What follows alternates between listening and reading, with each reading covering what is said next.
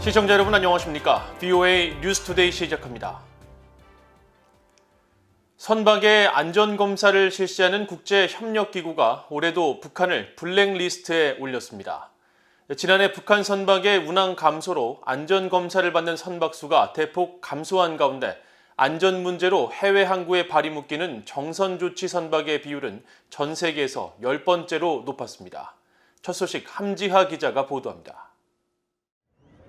선박의 안전검사를 실시하는 아태지역 항만국 통제위원회, 즉 도쿄 MOU가 최근 발표한 연례 보고서입니다. 각국 선박들에 대한 안전 실태를 검정색과 회색, 흰색으로 나눴는데 북한은 다른 6개 나라와 함께 블랙리스트에 올랐습니다. 블랙리스트는 선박들이 안전검사를 통과하지 못해 운항 중단이라는 정선조치 선박의 비율이 많은 나라들이 해당되며 블랙리스트 국가의 선박들은 아태지역 항구에 입항할 때 검사 대상으로 지목되는 횟수가 많아집니다. 보고서에 따르면 북한은 2018년부터 2020년까지 총 143척이 해외 항구에서 안전검사를 받았는데 이 중 16척, 즉 10척 중 1척이 정선 조치를 받아 블랙리스트에 올랐습니다. 이번 블랙리스트에는 아프리카의 토고와 시에라리온, 몽골, 자메이카, 팔라우, 키리바시 등도 올랐습니다. 모두 북한과 달리 제3국 선박들에게 자국 깃발을 달도록 하는 편의 지적 국가들입니다. 앞서 북한 선박들은 지난해 신종 코로나 바이러스로 국경 폐쇄 조치가 단행된 뒤 운항을 급감하는 모습을 보인 바 있습니다. 이 때문에 지난 한 해 해외에서 안전검사를 받은 북한 선박은 13척뿐이었는데 지난 2016년에 275척, 2018년에 79척에 비해 급감한 수치입니다. 특히 이들 선박 13척에선 총 64개의 결함이 확인됐는데 13척 모두 1개 이상의 결함이 나와 북한 선박의 결함 발견율은 5년 연속 100%를 기록했습니다. 북한 선박들이 높은 결함 발견율과 정선 조치 비율을 보인 건 선박들 대부분이 노후됐기 때문으로 풀이됩니다. 실제로 북한이 지난해 운영한 선박들은 대부분 1980년대에 건조됐는데 이 중 동명산호와 큰별호는 각각 1969년과 1970년에 건조돼 50년 이상 사용됐던 것으로 파악됐습니다. 북한 경제 전문가들은 노후화된 북한 선박의 실태를 통해 북한 경제의 열악한 단면을 볼 수 있다며 북한 내부에서 운영 중인 다른 장비들도 상황은 마찬가지일 것이라고 분석했습니다. VOA 뉴스 함지하입니다. 호주 국방부가 북한의 제재 회피 활동을 감시하기 위해 해군 호위함을 파견한 뒤 작전을 수행하고 있다고 밝혔습니다. 미국과 캐나다, 뉴질랜드 등 대북 제재 회피 활동 감시 작전에 참여하고 있는 7개국은 공군과 해군의 초계기, 구축함 등 군 자산을 적극 동원하고 있습니다. 오택성 기자가 보도합니다. 석양을 뒤로하고 대양을 가로지르는 군함. 호주 해군의 호위함 벨러렛호입니다. 호주 국방부는 18일 공해상에서 벌어지는 북한의 제재 위반 활동을 감시하기 위한 작전에 해군 호위함 벨레렛호를 투입해 오는 7월까지 감시 작전인 아르고스 임무를 수행한다고 밝혔습니다.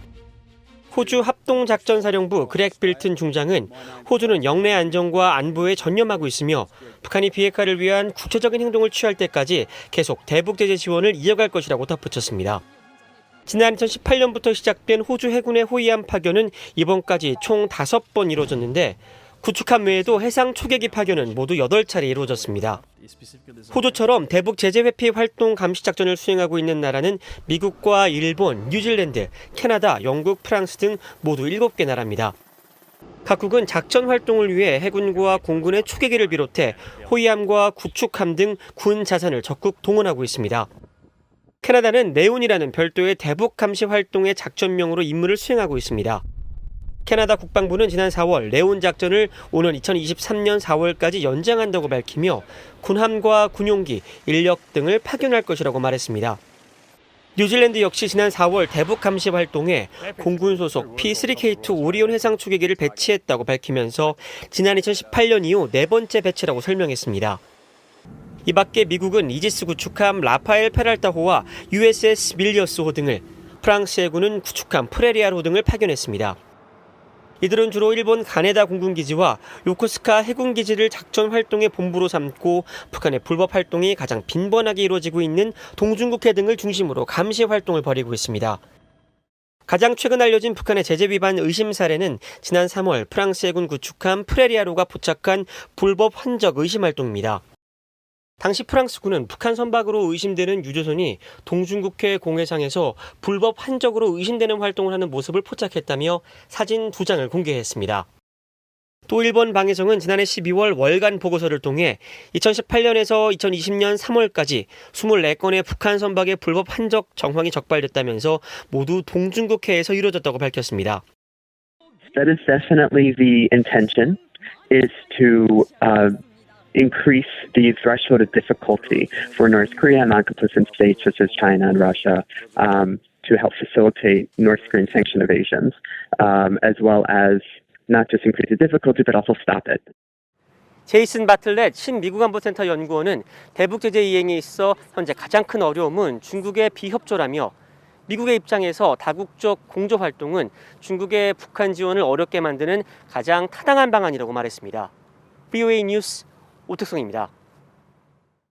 미국 우주군이 적국의 탄도미사일 발사를 탐지해 조기 경보를 발령할 수 있도록 하는 위성 발사에 성공했습니다. 미국의 항공 방산업체인 보잉과 로키드 마틴의 합작사인 유나이티드 라운치 얼라이언스는 18일 보도자료를 통해 18일 오후 플로리다주 케이프 커네버럴 우주군 기지 발사장에서 탄도미사일 감시 위성 GO5 발사에 성공했다고 밝혔습니다. GO5는 적외선 센서를 이용해 탄도미사일 발사 시 발생하는 화염을 포착해 조기 경보 체제를 발동하는 우주 기반 적외선 탐지 시스템이 탑재된 위성으로 이미 가동 중인 기존 위성보다 센서의 감지 능력과 사이버 공격 대응력 등이 강화된 것으로 알려졌습니다. GO5는 적도 인근 36,000km 상공에서 지구의 자전 속도에 맞춰 비행하면서 특정 지역을 지속 감시하는 역할을 하며 제작사 측은 적국의 미사일 발사를 탐지하고 미국과 동맹국에 조기 경보를 제공하기 위해 연속적인 감시 활동을 수행하게 될 것이라고 설명했습니다. 스페인 대사관 습격 사건으로 재판을 받고 있는 크리스토퍼 안 씨의 스페인 신병 인도를 반대한다는 내용의 서한이 재판부에 제출됐습니다. 미국 연방법원은 18일 북한 전문가인 이성윤 터프츠대 교수와 그레그 스칼라튜 북한인권위원회 사무총장, 일본 소피아대의 산드라 파이 교수가 작성한 서한을 공개했습니다. 이들은 서한에서 북한은 미국 정부가 규정한 테러 지원국이라는 사실을 강조하면서 신병 인도 결정이 안 씨의 생명을 위태롭게 할 수 있다고 밝히고 2017년 김정은 국무위원장의 이복형 김정남이 말레이시아에서 살해된 사건 등 구체적인 사례를 제시하면서 안 씨도 이 같은 위험에서 안전하지 못할 것이라고 지적했습니다. 크리스토퍼 안 씨는 지난 2019년 2월 22일 스페인 마드리드 주재 북한 대사관을 습격해 북한 외교관 등을 결박하고 폭행한 혐의를 받는 반북단체 자유조선 소속으로 당시 사건 가담자 가운데 유일하게 체포된 인물이며 신병 인도 재판을 담당하고 있는 미국 캘리포니아 중부 연방법원은 오는 25일 안 씨에 대한 심리를 개최할 예정입니다. 북한의 핵 문제를 다루는 다자 외교가 현재 시점에서는 재개되기 어려울 것이며 러시아 정부 당국자들은 북한이 핵무기를 포기할 가능성이 없는 것으로 판단하고 있다고 러시아 출신의 안드레이 란코프 한국국민대 교수가 밝혔습니다. 1980년대 북한 김일성대에서 유학을 한 란코프 한국국민대 교수는 19일 워싱턴 내 연구단체인 윌슨 센터가 주최한 화상대담에 참석해 미국과 러시아의 관계가 좋았을 때도 북한 문제에 대한 협력이 힘들었는데 지금은 두 나라 관계가 경색돼 있다며 이같이 전망했습니다. 란코프 교수는 다만 러시아가 북한 문제에 대한 이해관계가 적고 북한도 러시아를 중국보다 덜 위협적으로 생각하기 때문에 추후 러시아가 북핵 외교에서 역할을 할 수 있을 것으로 내다봤습니다. 란코프 교수는 이어 몇 년 전부터 러시아 전문가들과 정부 당국자들은 대부분 북한이 핵무기를 포기할 가능성이 없는 것으로 판단하고 있다면서 북한에게 핵무기는 국가안보와 정권 유지의 핵심이기 때문에 핵포기는 집단 자살과 같은 것으로 러시아 전문가들은 분석하고 있다고 말했습니다. 이상으로 VOA 뉴스투데이를 모두 마칩니다. 시청해주신 여러분 고맙습니다.